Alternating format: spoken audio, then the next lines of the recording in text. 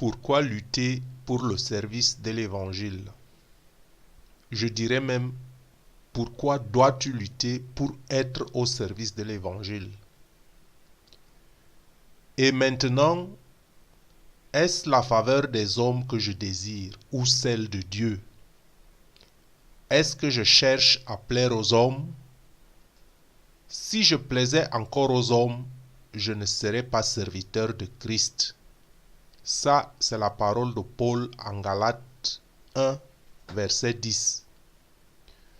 Donc, moi aussi, je ne cherche pas la faveur des hommes, mais plutôt celle de Dieu, la faveur de Dieu que je cherche. Bien que cherchant à convaincre les hommes de la vérité sur Dieu, de la réalité de Dieu. Chers frères, chères sœurs, ce n'est pas un choix facile parce que si l'on se compare à ceux qui cherchent l'approbation des hommes, avec par exemple 1 million de clics en un court laps de temps sur YouTube, nous autres, nous nous réjouissons d'une centaine de clics dans la journée. Sachons que Jésus, à son époque, ne s'était pas découragé parce que après que Jean eut été livré, Jésus alla dans la Galilée prêchant l'évangile de Dieu. Cela nous est révélé en Marc chapitre 1 verset 14. Après que Jean eut été livré, Jésus alla dans la Galilée prêchant l'évangile de Dieu. Il ne s'est pas découragé. Certainement parce que Jésus était déjà fort et conscient de ce qui est relaté plus tard en Actes des Apôtres, le chapitre 9, verset 15. Mais le Seigneur lui dit, va, car cet homme est un instrument que j'ai choisi pour porter mon nom devant les nations, devant les rois et devant les fils d'Israël. Donc Jésus ne s'était pas découragé parce que Jean avait été livré. Il a continué parce qu'il savait que cet homme est un instrument que Dieu a choisi pour porter son nom devant les nations. Je suis au service de l'Évangile pour avoir part avec Jésus-Christ. Je répète, je suis au service de l'Évangile pour avoir part avec Jésus-Christ. C'est ce que j'espère. Je donne ma faible contribution à la volonté de Dieu. Cette volonté est la réalisation du plan divin sur terre. Et frères et sœurs, je peux vous dire que avoir une telle ambition, ce n'est pas une petite chose. Même quand les hommes s'en moquent, quand certains le méprisent. Le Seigneur Jésus est mort et ressuscité pour le salut de tous les hommes. Et c'est pour cela que Paul nous invite en Philippiens chapitre 2 verset 11 que toute langue confesse que Jésus-Christ est Seigneur à la gloire de Dieu le Père. Jésus ne disait-il pas lui-même, de lui-même, « Je suis le pain qui descend du ciel, et qui mangera ce pain vivra pour toujours. » Vivre pour toujours veut dire vivre pour l'éternité. Pensez-y, l'éternité. Cette parole confirmant même par là cette autre parole de Jérémie 1,5. Je lis, « Avant que je t'eusse formé dans le ventre de ta mère, je te connaissais, et avant que tu fusses sorti de son sein, je t'avais consacré, je t'avais établi prophète des nations. » Cette parole est reprise en Galates chapitre 1 verset 15. Sous les mêmes termes, je lis, « Mais lorsqu'il plut à celui qui m'avait mis à part dès le sein de ma mère et qui m'a appelé par sa grâce. » Donc, c'est la raison et la grâce par laquelle et pour laquelle vous pouvez lire et écouter et regarder cette vidéo. Sans toutefois enlever le fait, comme nous dit Paul en 1 Timothée chapitre 1 versets 15 et 16, que c'est une parole certaine et entièrement digne d'être reçue, que Jésus-Christ est venu dans le monde pour sauver les pécheurs, dont je suis le premier. Ce qui veut dire qu'il est important que vous sachiez, que nous sachions qui nous sommes. Que nous sachions que nous sommes des pécheurs. Que tu saches que tu es pécheur. Hein? Et cela veut dire qu'il est important d'avoir l'intelligence et de convenir d'avoir un souverain sacrificateur comme Jésus-Christ, saint, innocent, sans tache, séparé des pécheurs et plus élevé que les cieux. Parce que tant qu'on ne se reconnaît pas pécheur, on ne peut pas reconnaître Jésus comme sauveur. Ce n'est que quand on se reconnaît pécheur qu'on reconnaît la valeur de l'acte que Jésus a posé. Hein? Et c'est quand on se reconnaît pécheur qu'on sait que ce souverain sacrificateur qui était saint, innocent, sans tache, séparé des pécheurs, et qui est donc élevé au plus haut des cieux maintenant parce que ayant posé un acte qu'un autre homme, qu'un fils d'homme n'a jamais posé. Hein? C'est pour ça que je disais qu'il est très important qu'on se reconnaisse comme pécheur. Hein? Donc, c'est la raison pour laquelle, quand on se reconnaît donc pécheur, on se met donc sur les pas de Jésus, afin de suivre son exemple. Son exemple, c'est qu'il a servi l'évangile. Hein? Il s'est mis au service des autres. Et nous devons aussi nous suivre ses pas en nous mettant au service des autres. Donc, on se met au service de l'évangile parce que nous voulons suivre Jésus. Donc, toi qui m'écoutes, n'aie plus peur, n'ayons plus honte de lutter d'être ministre de Jésus-Christ parmi les païens, s'acquittant du divin service de l'évangile de Dieu, afin que les païens, à lui, à Dieu, lui soient agréables. Que les païens soient à Dieu, que les païens soient pour Dieu une offrande agréable, au biais de votre évangile, au biais de votre service divin, hein, étant donc sanctifié par l'Esprit Saint. Il est temps que ceux qui espèrent en Dieu, je le dis et j'insiste là-dessus, qu'il est temps que ceux qui espèrent en Dieu prennent conscience que Jésus-Christ est le Maître dans les cieux et sur la terre.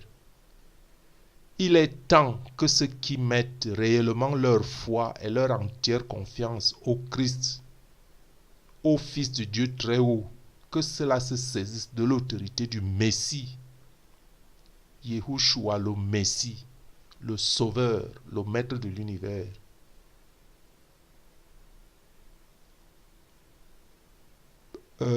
Pourquoi je le dis? Je le dis parce que se saisir de l'autorité, ce serait un grand mot. Quelqu'un se dirait, bon, à quoi ça ressemble saisir l'autorité? Je le dis parce que il est une réalité que certains qui viennent de certaines régions savent.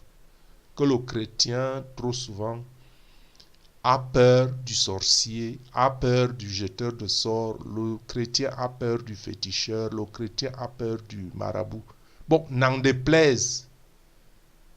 Hein, mais il semble bien que sur l'échelle satanique, le sorcier, le jeteur de sorts, le féticheur, le marabout, ce sont les derniers. C'est la queue du système de Satan. Et parfois, c'est chez ceux-là même que certains chrétiens, quand ils sont en but à des problèmes, vont chercher de l'aide. Quelle honte! Moi, pour ma part, je pense que cela réside seulement au fait que nous, chrétiens, nous ne faisons pas assez pour Dieu. Raison pour laquelle nous nous fragilisons avec des peurs des fois réelles, des peurs des fois imaginaires. Hein, et nous nous fragilisons donc en ouvrant la porte nous-mêmes, la porte aux forces adverses quand nous avons des problèmes. Hein, quand nous leur ouvrons donc les portes, ils deviennent maîtres de nous. Et c'est pour ça que je donne ce conseil à vous tous qui me lisez, qui m'écoutez. Commençons aujourd'hui même à rendre à Dieu ce qui lui appartient. Et Dieu nous le rendra centuplé. Rendez à Dieu votre corps, en commençant par faire de vous-même le domaine interdit de l'ennemi de Dieu. En disant par exemple, je suis, moi et ma famille, le domaine interdit à Satan. Et affirmer par la suite que vous êtes, vous et votre famille, que vous appartenez au Seigneur, que vous appartenez à Jésus-Christ. Et commencez à rendre le culte au Seigneur dans votre propre corps. Ne savez-vous pas que vous êtes le temple du Saint-Esprit? 1 Corinthiens 3, 16 nous le dit. Ne savez-vous pas que vous êtes le temple de Dieu et que l'Esprit de Dieu habite en vous? Si quelqu'un détruit le temple de Dieu, Dieu le détruira, car le temple de Dieu est saint et c'est ce que vous êtes. 1 Corinthiens 6 1 Corinthiens chapitre 6 au verset 19 nous dit la même chose et ajoute, je lis le verset tout entier par le début. Ne savez-vous pas que votre corps est le temple du Saint-Esprit qui est en vous, que vous avez reçu de Dieu et que vous ne vous appartenez point à vous-même? Le verset dit que vous ne vous appartenez pas à vous-même. Pourquoi le verset le dit? Parce que vous avez été sauvés à un haut prix. Vous avez été sauvés à un haut prix comme pécheur. C'est pour ça que j'ai dit qu'il est important que vous vous reconnaissiez comme pécheur. Et quand vous vous reconnaissez comme pécheur, vous savez que vous avez été racheté à un haut prix. Et celui qui est racheté à un haut prix n'est plus libre parce que tu as une certaine redevance. On devient esclave parce qu'on a été sauvé par le sang de l'agneau sans tache. Il a versé son sang pour nous. Donc, vous qui m'écoutez et qui avez confiance, qui cherchez une voie, prenez conscience qu'en vous livrant à quelqu'un comme esclave pour lui obéir, vous êtes esclave de celui à qui vous obéissez. J'ai pris l'exemple des marabouts tout à l'heure. Quand vous donnez votre confiance au marabout, quand vous obéissez à ce qu'il vous dit, quand vous allez le voir, quand vous allez le consulter, vous l'obéissez et vous devenez son esclave. Prenez conscience de cela et prenez conscience que vous appartenez à Jésus-Christ et que Jésus-Christ est le Fils de l'univers, le Maître de l'univers. Bon, moi je vais vous dévoiler maintenant comment je rends à Dieu ce qui lui appartient. Tout simplement en partageant avec vous cette parole. Je rends à Dieu ce qui lui appartient tout simplement en partageant avec vous et les autres la parole de Dieu. Hein? Quand on prend Matthieu chapitre 22 verset 37, qu'est-ce qu'on lit? On lit, tu aimeras le Seigneur ton Dieu de tout ton cœur, de toute ton âme, de toute ta pensée. C'est le premier et le plus grand commandement. Écoutez, le premier et le plus grand commandement, tu aimeras le Seigneur ton Dieu de tout ton cœur, de toute ton âme, de toute ta pensée. Et voici le second commandement qui lui est semblable. Tu aimeras ton prochain comme toi-même. Tu aimeras ton prochain comme toi-même. Donc, dans la Bible, Dieu s'assimile trop souvent à notre prochain. Dans la Bible, dans toute la Bible, Dieu s'assimile toujours à notre prochain. Donc, quand vous faites du bien à quelqu'un, c'est à Dieu que vous faites le bien. Alors moi, je rends à Dieu son évangile en le partageant avec mon prochain, puisque Dieu s'assimile à mon prochain. Si je prêche, si je partage l'évangile avec mon prochain, donc je rends à Dieu son évangile. Et c'est la mission dont Christ nous a confiée en Marc 16, 15, 16. C'est la mission que Christ nous a confiée. Puis il leur dit, allez par tout le monde et prêchez la bonne nouvelle à toute la création. Allez par tout le monde et prêchez la bonne nouvelle à toute la création. Et c'était ça le titre. Pourquoi lutter pour le service de l'évangile? Ou bien pourquoi dois-tu lutter pour être au service de l'évangile? Donc, frères et sœurs, je m'arrête ici et je dis, c'est cela, avoir part avec Jésus-Christ. Être au service de l'évangile, c'est cela, avoir part avec Jésus-Christ, afin qu'il nous trouve dans la besogne. Quelle besogne? La besogne de l'évangile. Car Christ revient bientôt pour faire la récolte de sa besogne. Je répète que Christ revient bientôt. Nous ne savons pas quand, mais il est mieux pour vous, pour moi, pour nous tous, que le Maître, notre Maître, Jésus-Christ, nous trouve au travail et non à la vagabonde. Le royaume de David est accompli. Le Seigneur vient.